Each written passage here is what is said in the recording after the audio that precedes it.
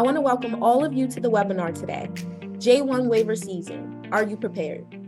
To those of you who have joined us from abroad, welcome. I am Dejana Farrar with the law firm of Wright Constable and Skeen. Jan Pederson is a partner in the firm and the head of our immigration team. We are fortunate to have the star of J-1 Physician Waivers here today to talk to you about the latest updates in the J-1 waiver world. Jan is also known to many of you. She was there at the beginning, as they say. She was instrumental in working with government officials to establish the first J-1 waiver program in 1989, the ARC program. She is also a co-founder of the International Medical Graduates Task Force, which advocates for expanded J-1 waiver opportunities and helping employers to recruit J-1 physicians. She is known as the godmother of J-1 physicians and is the go-to person for all things J-1 waivers. She has advocated for J-1 physicians in Congress, the White House, and executive branches. She has represented thousands of J-1 physicians and their employers. Before we get things rolling, just some friendly Zoom reminders. First, anything you hear here today is not legal advice. If you have a question, please go ahead and enter it in the chat box. We'll address as many of these questions as we can at a Q&A at the end of the session. This presentation is being recorded and will be available on YouTube and podcast streaming services next week, in addition to the WCS website. You'll all receive an email with those links when they're available. Jan has also asked if you're willing to please be on video so that we can see the lovely humans behind the screens. We have hundreds of you in the audience today, and Jan looks forward to the opportunity to represent you or the employer. Without further ado, please welcome Jan Pederson.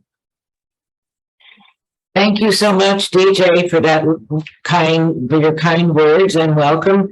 I want to welcome all of the members of our audience today and thank them for taking time out of their busy schedules to learn about this important subject. I want to also thank the production team here at Wright Constable and Skeen for making this webinar possible. I thank Dejana, Corey, Natalie, and Ola for their participation in hopefully making this a wonderful and informational seminar to all of you. So we're going to begin with just reviewing some of the basis. I see we have State 30 Conrad representatives here. We have employers, recruiters, and physicians. So I'm going to try to meet all of your needs. Again, please feel free to put your questions in the chat room at any time, and we will answer as many as we can before the end of the seminar. So as you can probably tell, I love what I do. I love making dreams come true, as it said, by helping employers and physicians get their doctors to work. So I'm going to begin by reviewing quickly the immigration options for physicians. So whether a physician finishes medical training in America on an H-1B visa or a J-1 visa is the first inquiry an employer will want to know. If they were on an H-1B visa, they have far greater options than if on a J-1 visa. If they came on a J-1 visa, they have what we call a 2-year albatross around their neck. That is, they are required to go home for 2 years before working in the United States in most immigration statuses. So that would distinguish. So if you imagine you have 2 baskets in your hand, one is the J-1 flavor, one is the H-1B flavor. So we call that people who have do their training on H-1B and are subject to the waiver rules, they think they have a Mercedes-Benz. And the people who do their residency in J-1 status think they have a Volkswagen. But indeed, all end up at the same place at the end of the day, which is a green card, the pot of gold at the end of the rainbow. It will just take a J-1 physician longer in many cases. So the J-1 physician waiver world is full of acronyms, and we will review them, and please put them in their chat box. We are so used to speaking in acronyms in the immigration world that we sometimes forget that people not in the world every day don't know what we're talking about. Okay, we'll go to the home residence requirement. So we call it the 2 for 3 rule. Just think of that. J-1 physicians are obliged to go home for 2 years unless they have a waiver and agree to work in a medically underserved area for at least 3 years under the interested government agency waivers, not under other waivers. All right, now there's one exception to the working without a waiver. A J-1 physician who is a Canadian citizen has an extra bonus, has more employment opportunities in many cases than the other J-1s who are citizens of other countries. So please remember, if nothing else, the Canadian exception, we have all kinds of exceptions for Canadians. And one is that they may start work in H-1B status without a waiver, provided that the employer is exempt from the H-1B cap, which we will go into later. So there's two parts to that: Canadian citizen, employer cap exempt. And this is very helpful in states that may use up their waivers quickly or use up the waivers, or for some reason your prized physician doesn't get a waiver this year. It will allow them to work if they are a Canadian citizen. All right, so there are many flavors of waivers. We've given you your favorite ice cream, and some of you may be in the cold today and not appreciate this, but it's a great way to look at it. So we have many types of waivers. I'm going to go into the newest waiver in a minute, which is the Southeast Crescent Regional Commission. It is a brand new thing, and they're dying for your business. So I'll get to that in a minute. That's the really exciting thing.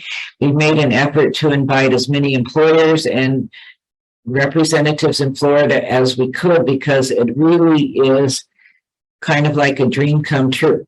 But first, the basic rules of all waiver programs. So among the waiver programs, the most popular is the Conrad State 30. In the Conrad State 30 program, each state of the United States, as well as possessions and territories such as the District of Columbia, Puerto Rico, Guam, Northern Mariana Islands, I may have forgotten the Virgin Islands. Okay, they all get 30 a year, regardless of size. So Texas gets only 30. Little Rhode Island gets only 30. Little Puerto Rico gets only 30, for example. And unfortunately, we haven't yet convinced the government that if a state never uses all of its numbers, that towards the end of the year, they should be able to put their numbers back in a pool so that states who use all their waivers can access them. We would certainly welcome help on that. What you will notice in the last couple of years is that the number of 30 states which have used all their 30 has gone down, thereby making room for more of you than before. The primary reason that many states are not filling up immediately or filling up later in the year is because the wonderful HHS in the spring of 2020 opened eligibility for waivers to all employers in the United States who have a shortage score of 7 or greater, and by the way, limited to primary care, including hospitalists. So all states are either requiring or encourage J-1 waiver applications to be filed with HHS or another federal agency if eligible. So the first thing you want to check before filing an HHS waiver, you need to be primary care, including hospitalists. That's very important because nationwide, it appears that most waivers are used by hospitalists. So that then pulled out of the state 30 waiver pool many of the competitors and most primary care, making room for subspecialists. So the opportunities for subspecialists expanded through HHS in 2020. Kudos to Mike Berry at HHS for doing this. I understand that they had more than 350 waivers during the last year. So that really is creating room for subspecialists. Now, the common requirements for J-1 waiver programs is that there must be an employment contract in which the physician and the employer agree that the physician will work full-time for at least 3 years, providing direct patient care in medically underserved areas. That could be that could be either type of shortage area. We have, again, two baskets all the time. We have two types of shortage areas. One is, they're both lists and they can be accessed at by Googling HIPSA HPSA find by address. You just punch in the address and it will tell you if it's a shortage area, what type. So there are two baskets, the HPSA basket, which is health professional shortage area, and the other basket, which is medically underserved areas or medically underserved population. So functionally, if you can just look at it as two lists. And most state 30 will allow either list, employers on either list to qualify. There must be an agreement in the contract to commence employment within 90 days of receiving USCIS approval of the J-1 waiver and H-1B status. Now, in the Conrad Straight 30 program, there is a very, very useful exception, and it is known as the Flex 10 waivers. Now, each state is permitted to use, at its discretion, up to 10 of its 30 slots per year for employers who are not located in underserved areas, but who can show that some of their patients reside in medically underserved areas. Again, known as the Flex 10, the states need not use them. They may use up to 10. So many times, states will reserve or allocate to universities who are not designated as underserved because all the doctors are hovered around at the university. So they will sometimes reserve slots for universities out of the Flex 10. Now, another thing, a big variation among states is something that the doctors on our call may not be familiar with. The employers and recruiters probably are. Variations among states include non-compete clause. For those of you who haven't encountered this term yet, you need to remember it. Sometimes it's a deal killer. Most times it is not. A non-compete clause is a clause in an employment contract that provides that if the physician's employment is terminated during the term of the contract, they agree not to practice medicine within a specified geographic distance of the employer. So employers want that clause. The states generally don't like it. Some permit it. And the physicians probably don't like it. Liquidated damages clauses. Some states have them, some states don't. A liquidated damage clause is a contract clause which provides that the physician will pay the employer a pre-agreed upon amount if they leave the employment before the end of the contract. Again, the length of the contract is 3 years.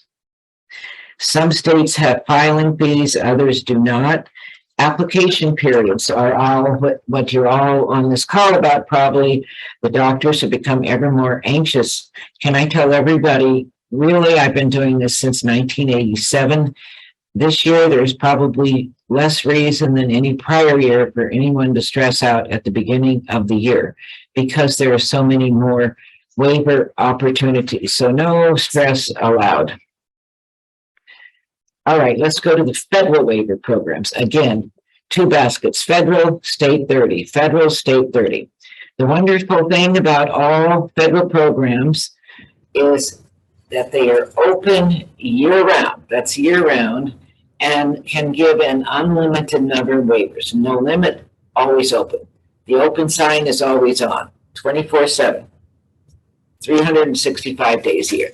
So please remember that if you're going to be with the federal program, you don't need to rush, kill yourself, sign a contract that neither the employer nor the employee may be happy with later on. Take your time. There is time if you're using a federal waiver program. So what is common to the federal waiver programs is you cannot have a non-compete clause in a federal waiver program. That's pretty much the main thing.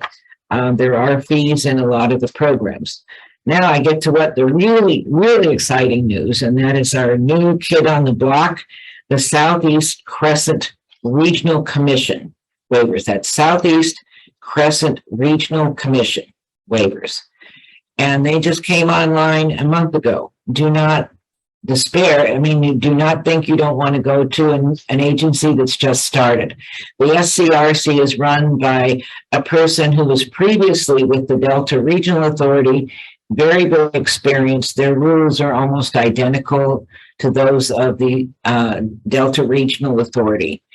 They will, the reason everybody loves it, who loves it, is that it covers so much of the, shall I say, starting with Florida and ending with Virginia. So the great news is it covers the entirety of the state of Florida, almost all of Georgia. And what that part of Georgia, not covered by the SCRC, is covered by the Appalachian Regional Commission. So most of South Carolina, most of North Carolina, and a very big chunk of the state, the good Commonwealth of Virginia, is covered. So that is a whole new universe that opened up. Yes, it's real. Interestingly, I've had doctors call me, I've had employers call me. Does this really exist? Yes, I promise you, I guarantee you, it really exists. And they're open for business. I'll go through the requirements for them in a moment. Southwest Regional Commission, it's scrc.gov, and their requirements are there, complete with the map of the area they're covered. So briefly, again, health and human service waivers, very quick waiver if you can get one. I'm talking about 1 day to a couple of weeks for complete applications to be adjudicated by HHS and forwarded on to the State Department. So the first thing, if you think you have an HHS waiver, primary care, including hospitalists, you want to check to see if it's a HPSA area. They will only do HPSA areas, and then you check to see if the shortage score is 7 or greater. Most that we've looked at are, I haven't found one to be less. And again, you'll go to HPSA find by address, put in your address, and the chart will come up and tell you the shortage score. So no medically underserved areas, the other basket, that's out on this one. HPSAs are in. So primary care only. And primary care is very important. And since most hospitalists are primary care, they're included. Now, there is one gift from HHS on their declination to sponsor other than primary care. If you have, we have several of these the last 2 years that the HHS has been doing this, is that you have a primary care physician, but they are doing a fellowship in, let's say, palliative medicine, sports medicine, whatever it is. They will still grant them a waiver as long as you can demonstrate that they will be at work by July 1st of the year they are finishing their fellowship. So the way that the rule is stated, that the physician must be at work no more than 365 days after they complete their fellowship. So we have done that successfully. Don't give up on that. That means we have to have the waiver process done and the H-1B filed and approved before July 1st with the start date of July 1st. Most physicians, and I've never had anyone that couldn't, can make arrangements with their fellowship program to whatever adjustments they need to make so that they can be at work on July 1st. There's no fee for filing an HHS waiver. Delta Regional Authority waivers. Very quick. They do say allow up to 60 days, but they're generally doing them in far less than 60 days. The DRA covers over 200 counties in Alabama, Arkansas, Illinois, Kentucky, Louisiana, Mississippi, Missouri, and Tennessee. On their website, which we've given to you, there is a map of the Delta Regional Authority. So basically, it starts at the bottom of the state of Illinois and covers counties down to the Mississippi Gulf, I guess. All right, so any type of employment in the shortage area is permitted. No flex 10 in any federal waiver. No flex 10. That's only for the Conrad State 30. The Delta Regional Authority did charge an application fee of $3,000 per application, partially refunded. They have eliminated the application fee. They accept all medical specialties. All right, next we get to the Department of Veterans Affairs. I think that doesn't interest most people on the call, but I need to mention it. Otherwise, somebody will tell me I forgot to talk about it. All right, so the VA waivers VA used to do a lot of waivers. I mean, I think up to 250 1 year. However, they've implemented internal policies that make them virtually impossible for most J-1 physicians to use because of their timeline. The VA hospital does not have to be in a medically underserved area. All VA hospitals qualify.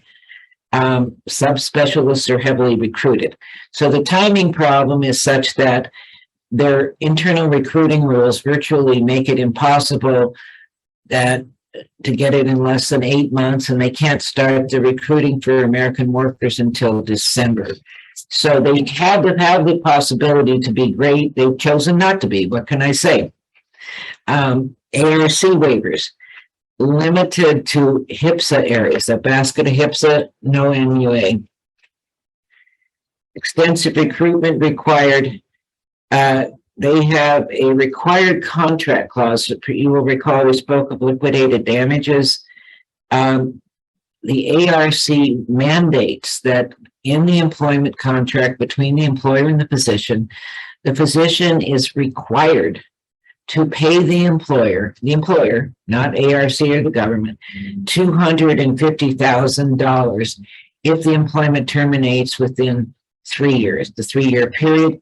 However, there is an out clause if you find another job in the ARC region. Okay, there's a lot of delay. They recently eliminated their filing fee as well. So, anything more about the SCRC? Because after this webinar, I hope I won't receive a call from anybody saying, is this real? Yes, it's real. It's a dream come true. All right, the pros and cons. Should I tell you what flavor do I want? If I can have a state or a federal, or which state? Okay, so the advantages of the state programs are that some of them permit non-compete clauses, more flexibility in job locations, our 2 baskets, HIPSAs and MUAs, and most state programs, if not all, I think there might still be one state, permit primary care and subspecialties. A note there about California. Subspecialists historically have been shut out of California because of 2 reasons. One, they will not accept waiver applications from subspecialists until July 1st of the year, when you usually just finished your fellowship on June 30th. And we have been working with them. I'm working with some employers of ours, clients of ours, to get that change. We're so slowly making changes, not done yet. So the rule right now is July 1st is the earliest time and waiver application will be accepted by the California Department of Health for a subspecialist. Now, that's rather the bad news. The good news is, again, because of all the waiver applications being moved from from the state 30 to HHS, the last 2 years they have had waivers left over. So, I don't know, ours were approved. Had 10 left on July 1st. It's not clear how many they got. We've been asking them to publish their statistics to give people an idea. This year, they also had 10 left over, and they may have had a couple unused. So California, by virtue of the HHS, taking over many of the applications that went to the California State 30 before, are now more available. Some of the disadvantage of state programs that some states have very burdensome paperwork and the slots fill quickly. Several states have already been filled this year. I think Georgia has, a couple other states. So some of you may want to know states which don't always fill, particularly employers, and all of you would actually probably want to know. So I'll quickly tell you which states did not fill, not this last year, the statistics aren't available yet, but for fiscal year 2021.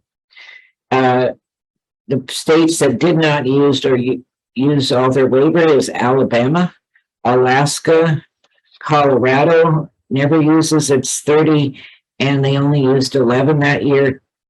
Connecticut, no, not Connecticut. Delaware comes close to using their 30, but did not. DC never comes close to using its waiver. It's fertile for job opportunities here. So somehow we use around 14, I believe. Hawaii only used 4, Idaho 1, Kansas almost all. You can count on Kansas generally filling up, but not immediately. Louisiana 22, Mississippi used 10, Montana 12, Nevada 14, New Jersey 12. New Jersey is also to be looked at as a rather a new waiver program because historically it has not been user-friendly at all. It is now user-friendly, and they will do flex slots. So the willingness of any state to use their flex positions is a function of how many they use for designated underserved areas. So New Jersey is a great place to do a waiver. New Mexico not New Mexico. North Carolina didn't use all its. North Dakota, Ohio, Oregon, Puerto Rico used only 1. So if you can stand the hurricanes and stuff and speak Spanish, it's a great place to do a waiver.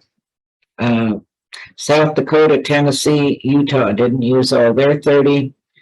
West Virginia didn't use all theirs. Wisconsin didn't use theirs, and Wyoming used only 4. So during that year, only 23 of the 50 states and territories used their waivers. So there's plenty of room throughout the year. All right, turning now, please ask your state-specific questions and I'll answer them. Federal programs, advantages, no numerical quotas, open year-round. Disadvantage, of course, as I said, the VA has lengthy, often unworkable processing times for the J-1 positions. The SCRC has a filing fee.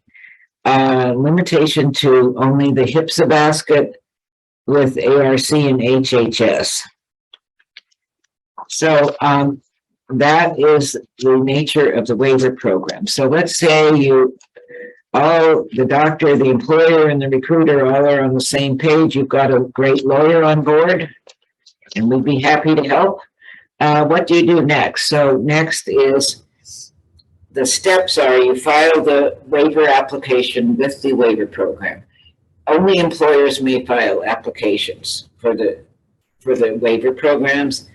And then the application is adjudicated by the waiver program and forwarded to the Department of State Waiver Review Division. So the processing times, the time frame, the state 30, all waivers vary greatly from a week to several months. So state 30 is anywhere from 2 weeks to 6 months, depending on the application cycle. So you also want to familiarize yourself with the application cycle. A number of states have an application period from October 1st to the 31st.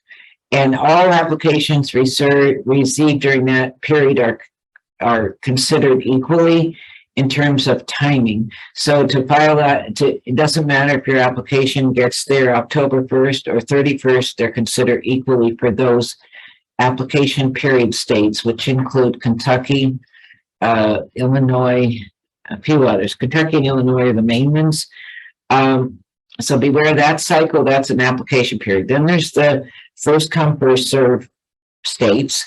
And then it does matter when you get your application in. There are many of those. Iowa, I guess Florida. Now, Florida was on the lottery system and then went off the lottery system. The only state I'm aware of right now that has a lottery system is Connecticut. And we have been, through our employers, working with the state of Connecticut to tell them this is deterring doctors from going to Connecticut. If they have a waiver state versus a lottery state, all other things being equal, they're most likely to take the state that isn't a lottery state. So Connecticut will only run a lottery if they receive more than 30 qualifying applications during the application period, which ended the middle of October. And if they get more than 30, they'll run a lottery. If they don't, everybody gets a waiver. But there's not predictability in that scenario, although I think last year they got less than 30. So again, the federal waivers generally are to be preferred.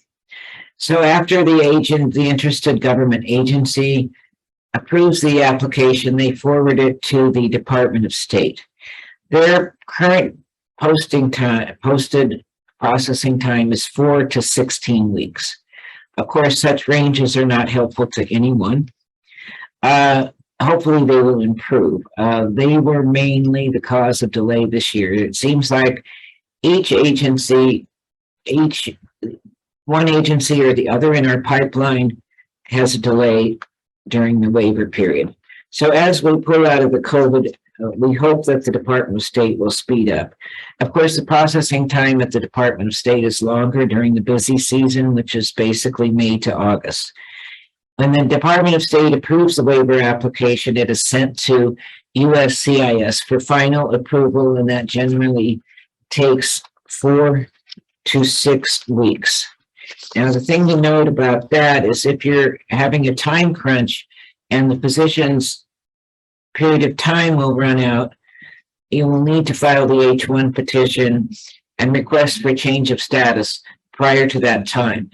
A physician's J-1 status is generally valid till the end of their training, very usually June 30th, and there's a 30-day grace period during which the H-1 petition can be filed. And you can meet that grace period. And if there's an emergency, we have some workarounds on that. So as far as expedites go, states will do it. The Southeast Crescent Regional Commission has announced that for an extra fee, they will expedite. They post a waiting time of 60 days, but I don't believe either the DRA or the SCRC takes that long. Excuse me. All right, so then you've got your waiver approval. It comes on a form I-612. It's the coveted waiver approval. All right, what next? The next step is the H-1B petition, and we'll get to that in a minute. The H-1B petition is filed by the employer. The employer must pay all legal fees and USCIS filing fees. All, no exceptions. Penalties are large for the employer should the employee pay and the Department of Labor, USCIS, find out. You don't want to find out. Unfortunately, that's been the ironclad, indisputable rule since about July 2011. And the filing fees can vary from, they can be up to as much as there's a basic fee, there's the anti-fraud fee, there's the training fee, then there can possibly be the premium processing fee. Unfortunately, at the end of the day, most employers are required to pay the filing fee of $2,500 because they need the doctor at work at a particular day. So it's all about timing. What we do is if we have the time for the H-1B to be filed and approved before the physician start date and or before the physician status expires, we file regular processing, and then if it's getting close to the start date, about 3 weeks before the start date, if the petition hasn't come during regular processing, then we can upgrade to premium. So you don't have to start out with premium. To the physicians, I know it's very important that the issue of certainty, and so they will often pay that themselves. So if the premium processing mode is for the convenience of the physician can pay that. So there are a lot of H-1B rules, but I want to divert here on how a physician can find a job. And please, recruiters and employers, add your methods in the chat room and chime up here. All right, first, we want a reputable recruiter. And the general rule of thumb is the physician should never pay a recruiter, and beware of recruiters who promise job placement. It will likely materialize. We haven't heard in recent years about too many of these unethical recruiters, but they're undoubtedly still out there. Okay, the doctor can, after attending our seminars, can educate a recruiter about the waiver process, including flex waivers, including requirements. So doctors here, listen up. All right. What? Huh? Yeah. So how do you get your dream waiver job? I want to caution everybody that over time, I mean, DJ said I was around from the beginning, and I helped create the beginning of waiver availability for physicians. And over time, what I've noticed is that both physicians and employers come to look at their 3-year commitment as a 3-year commitment. And it saddens me to hear physicians think that they have to take any job they can find, regardless of whether it's suitable to them, because they need a waiver. So I would recommend that both employers, physicians, and recruiters look at the job as a long-term community commitment. When we first conceived of the waiver programs, the government agencies were all about recruitment and retention. How do we keep the doctor here, make it attractive for the doctor and his or her family? So first, the doctor has to find a job. All right, a couple of hints there. Keep your CV to 1 page for non-academic jobs, obviously longer if it's non-academic. Before you go to the interview, educate yourself about the medical and civic community before your visit. My favorite one is if you're going to a job interview in London, Kentucky, one should know that London, Kentucky is very famous for having the World Chicken Festival, because Kentucky Fried Chicken was apparently invented there. So know about your community. It takes you 10 minutes to educate yourself about the things that are important to the community you're considering and the community which is considering you. Take your spouse with you to the interview and ask to meet people in the community, such as real estate agents, other physicians, and people in this community, such as civic leaders. Ask for a tour of the schools if you have children. Warning sign: never fly into your job interview under the cover of darkness and fly out the next morning. That is very often a red flag. Just simply make the time to go there and observe everything in the community. I tell people that if they're in a rural community, the way they're going to find out the most information is have breakfast at the local diner where all the locals have their breakfast. You'll find out more than you possibly wanted to know. Okay, we're running out of time here. I will send you the slide. Couple things: if your spouse needs a job, say so. And in a small community, you can view it as they are hiring both of you. And we always say having a happy spouse makes for a happy life. So if your spouse is unhappy with the location, you might not have one. Finally, send a handwritten, like in our slide, a thank you note to all that made it possible for you. And I want to skip to the timeline, number 29. Okay, so let's just replay here the J-1 physician flowchart. Okay, you complete your training in J-1 status. You have a Conrad State 30 or federal agency waiver in mind. You obtain the qualifying job. You contact an immigration attorney to review the job offer and waiver eligibility. If all is okay, proceed. Then, as we said, it goes through the interested government agency to the State Department, to USCIS. Okay, that chart should explain it. So once the J-1 is approved, the employer files the H-1 petition. A quick word, how many questions we have? A quick word about other types of waivers. There are two that don't involve employers, but ultimately certainly benefit employers. They're hardship and persecution waivers. Keep those in mind. As we come up with more and more countries who are in civil turmoil, hardship waivers are more likely. The problem with hardship and persecution waivers right now is to take 12 to 14 months to process. It may be going down a bit. The main difference between hardship and persecution, as they're often similar, is that you need an anchor relative who will suffer exceptional hardship if the J-1 physician has to go home. Persecution waivers, anyone can apply if they feel they would be persecuted in their country of return. Obviously, sadly, that list is growing. It would obviously include Syria, Iran, Yemen, Venezuela. Oh, did I say Ukraine? Of course, Ukraine. All right, the caveats there. Slide 23. The advantages of hardship waivers and persecution waivers: very high approval rate, no employment service obligation.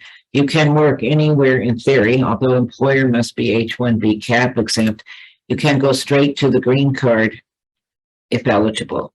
Disadvantages are lengthy processing time, but note, you can file a hardship or persecution waiver at any time during your training that the case of that you feel you have hardship or persecution. And note that you can't change status in America from J-1 to H-1B. You must depart. All right, supposing you don't get a waiver. Alternate options, slide 24, road closed. Oh, great graphics my folks do here. All right, I'm going to just mention these. The doctors mention them to me constantly. O1 visas. O1 visa is an option when you can't get a waiver in an H-1B. They're for those with extraordinary ability. USCIS has lessened the standards for qualifying, so many who think they can't qualify might qualify.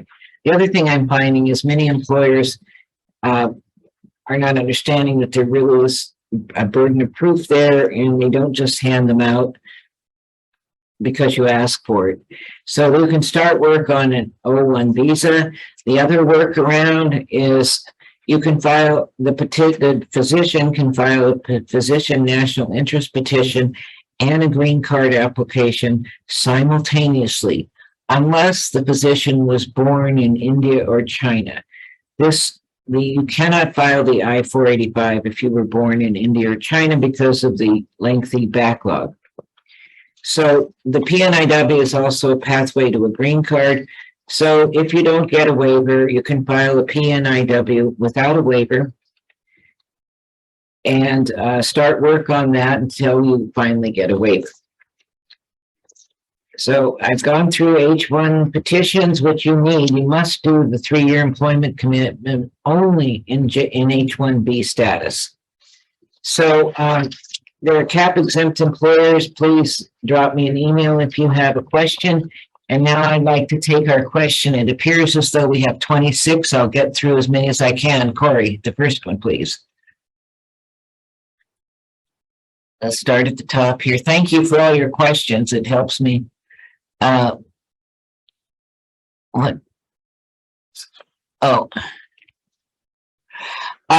question about the SCRC. All waiver agencies, state 30 and federal, require a certain amount of recruitment by the employer to test the labor market to see if they're American physicians. So you want to check the rules so you don't get caught up short. Both the SCRC and the Delta Regional Authority have you wait 45 days after placing the ad to sign the contract. I imagine it's negotiable. If the question is it the 45-day wait negotiable? It depends on the situation. Next question, do I need to have an employment lawyer to assist me with negotiating the terms of my contract? It's certainly not a bad idea because your J-1 physician immigration lawyer co-represents, without exception, the employer and the employee we only give an opinion as to whether the contract complies with the J-1 waiver and H-1B rules. So we cannot get involved in negotiating other than that. So things like hours, wages, working conditions, that's stuff you may want to consult an employment lawyer. Next question. Next question.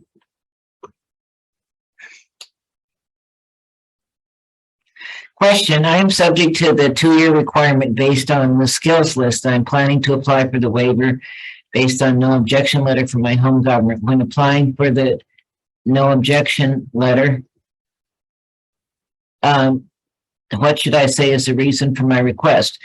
I'm glad you asked that question. If you're a J-1 physician who did your clinical training on a J-1, a no objection letter will not get you a waiver. Only hardship, persecution, and interested government agency waivers.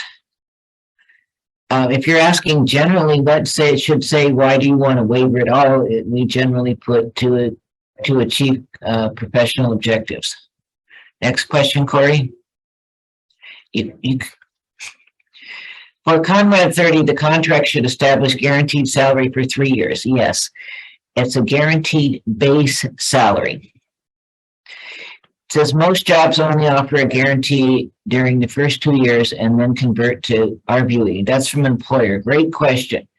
The question is, this is more the H-1B rules and the J-1 rules. There has to be a guaranteed base annual salary. We encounter that rather frequently, and the employer and the employee need to work it out. So if they intend a certain level of compensation after a year or two, it won't be less than the base salary. So that's driven by the Labor Department, but it's also a USCIS rule. Next. Is ARC eligible for subspecialties? Absolutely. There are some interesting new rules with the ARC that makes it long process, but I'll talk to anybody if they want a consultation on that. Yes. Average time for SCRC and Department of State, respectively, approval. The SCRC posted 60 days, but I assume that it's much less than that. If you have a complete application package, they don't require anything more. I would say a couple of weeks because they haven't become swamped yet. Department of State posts 4 to 16 weeks. Next question, please. Great question. Are candidates or employers typically responsible for the SCRC fees? Most employers pay both the J-1 waiver fee, J-1 waiver and H-1B fee. I would recommend you pay it. There is some indication that if you're in most of that southern region, which is under the jurisdiction of the Sixth Circuit Court of Appeals, there's a case which suggests that the employer needs to pay both. What if your waiver, this common question, what if your waiver is approved before your desired start date? Does a 90-day rule apply after we finish fellowship?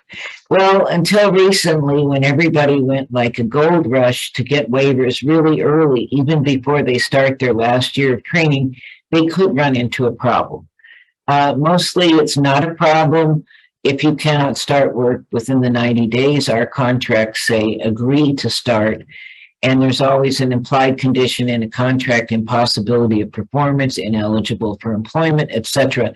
For example, if you have to have a license and you have to have completed a fellowship, well, you can't start work on July 1st if you haven't completed those requirements or licensure.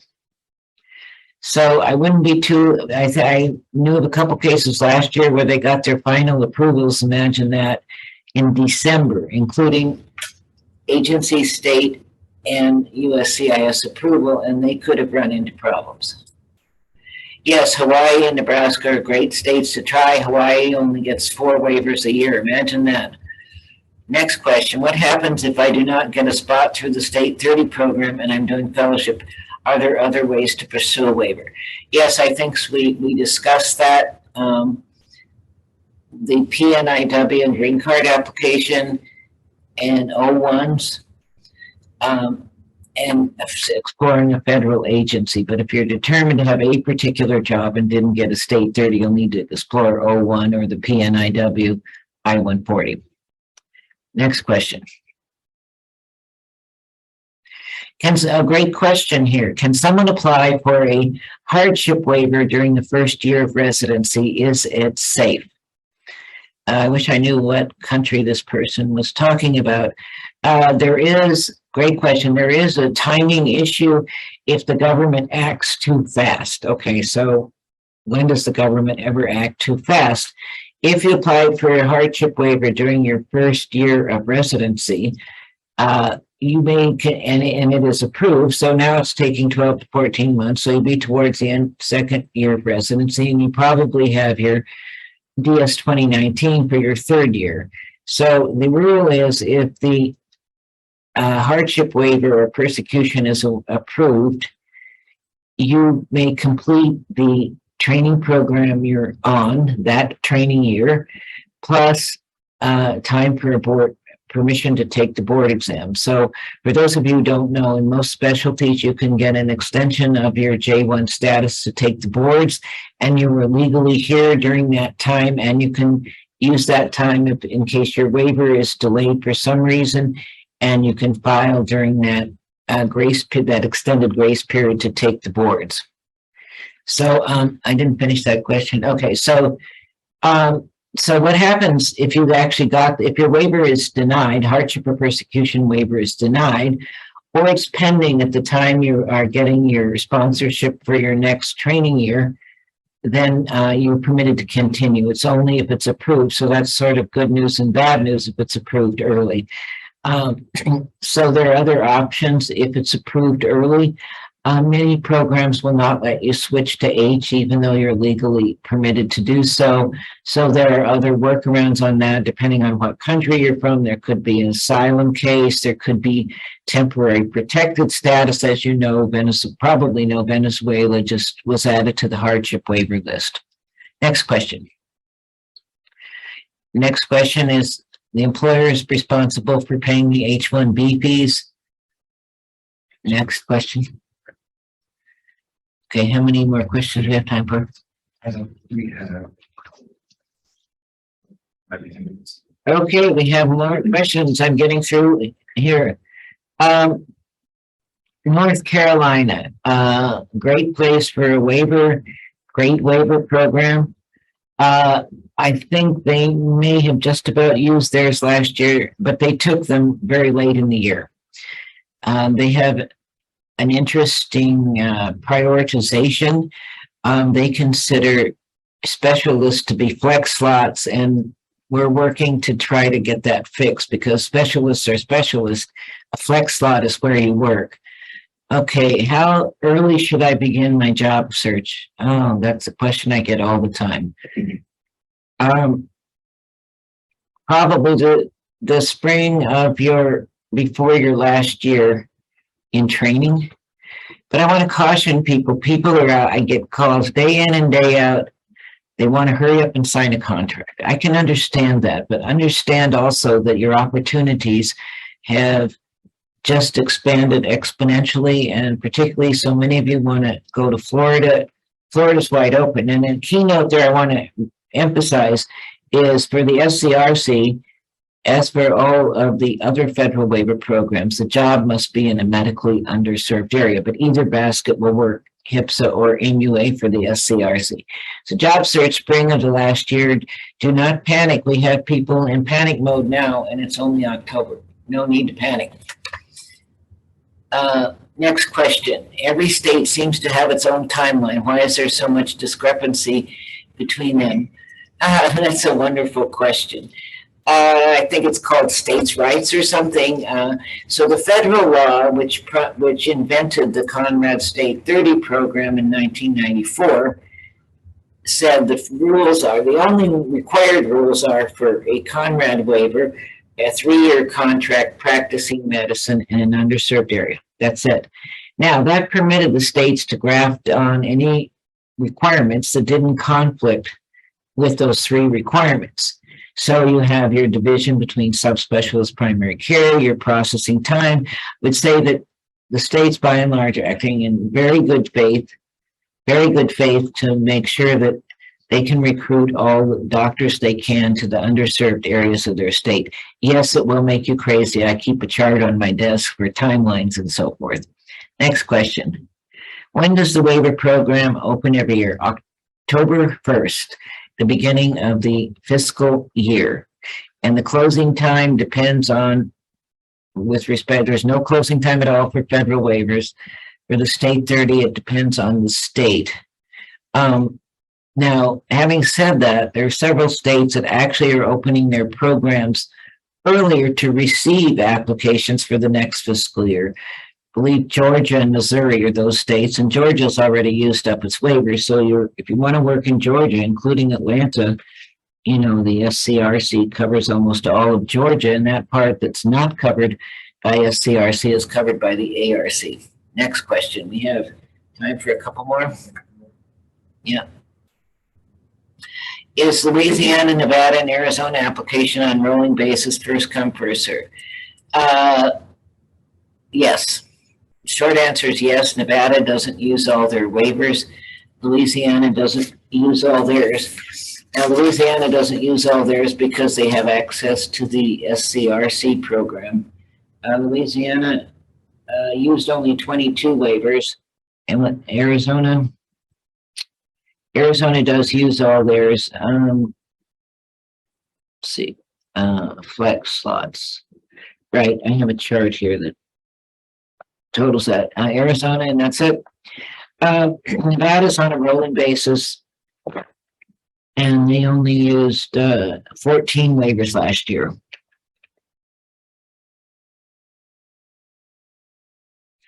Great question. Somebody said, if I've applied for a waiver and still awaiting the result and status is about to expire, can a person re-enter on a B1, B2? It's possible. There are a bunch of nuances there you need to consider, but you need to first consider whether you can actually remain here through an extension to take the board exams or filing your application by, if you can't get a board extension on your J1 status, then you need to file by within 30 days, and the world will not collapse if you don't, and there are several workarounds for that. Okay, next question. We have 2 minutes left. Can we stamp H-1B from inside the U.S. and we must depart? That's a beautiful question, because right now, number one, if you can change status in the United States to H-1, you absolutely don't have to leave the United States. But should you need to leave the United States, either because you can't change your status, you want to leave to go home and visit, then you must go outside the United States to get a stamp. And remember, those who get hardship and persecution waivers must also leave and get a visa stamp, which of course practically makes it impossible for Syrians and Iranians to do so because they're subject to special security clearance and have no idea when they will be back. However, that said, they're actively considering at the State Department reinstituting the ability to obtain visa revalidations at the State Department in Washington. Possibly none of you were around when we actually had H and J and all kinds of visas revalidated at the State Department. So once you got one outside the U.S., you could get renewals in the U.S., you know, in most cases. Now, because of the consulate closures, shutdowns, slowdowns during COVID, there are long visa lines in many cases. In order to help that reduce the backlog, many of you would be eligible for a visa without a personal interview at a consulate. You are required to be in the country, but you can, there's usually on the consular website an option to do it by mail. And that reports have been on that it isn't as successful as portended. For example, in India, you have to make an appointment and then at the appointment ask for the waiver. So people are actually opting to go to appointments if they have the time rather than waive the interview. Of course, interview waivers are always welcome because it removes a great deal of stress. Next question.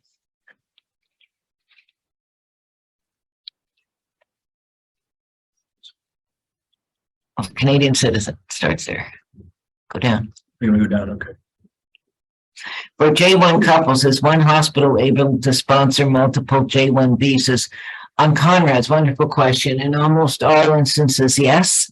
There are some programs that limit the waiver per facility to 2. But yes, there's no objection to that. In fact, that's a good thing. If you're both happy, then you'll both stay and everybody will be really happy. Next question, 2 more questions. Okay, this is a Canadian citizen question. Number 1, you may start work in H-1B status without a waiver if you can't get one, if your employer is exempt from the H-1B cap. So in your slides, we went into detail about who's a cap exempt employer. Of course, nonprofit universities, public universities, nonprofit entities affiliated with. There are all kinds of exemptions. So make sure if you go on the Canadian H-1B that your employer is cap exempt. If I have a pending hardship waiver, can I still pursue state 30 waiver? Yes, you may pursue only one federal or state interested government agency waiver at a time, and most, if not all, applications require you swear under oath that you only have one pending. However, you may have a hardship, persecution, and interested government agency waiver pending at the same time. No problem there. And the caveat there is that you will be required to accept the first waiver that is received at the Department of State. So you want to be careful on your timing there. Can I apply for PNIW during the training, or that will hinder the renewal of it? No, it does not hinder the renewal of the J-1 if you're in a position to apply for a PNIW. Many states will give you credit for working the 5 years required under the PNIW during residency and fellowship programs. It varies from state to state. Okay, last question.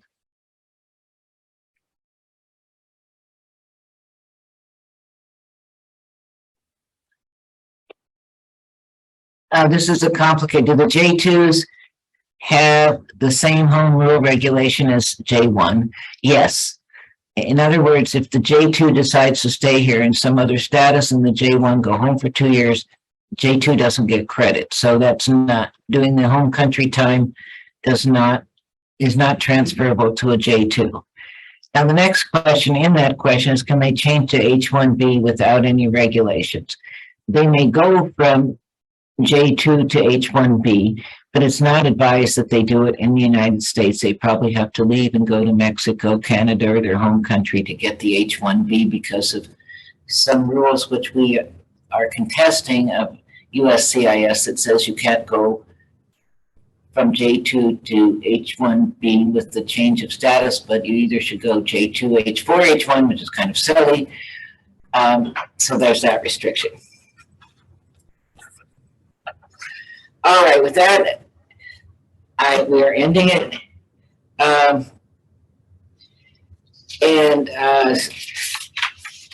want to thank you all for attending this valuable seminar.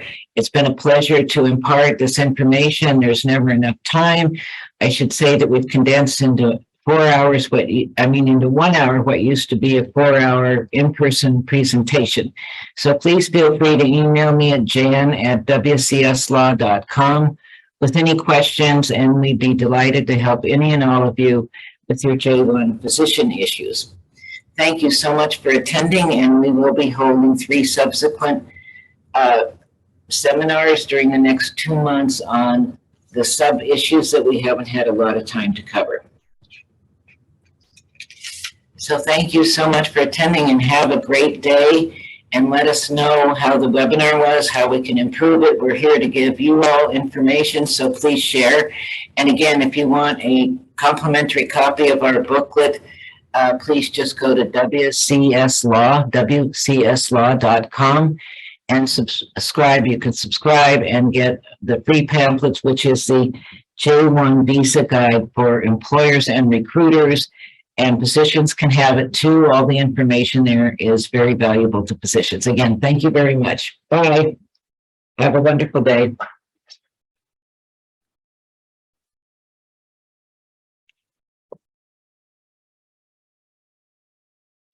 From Karina.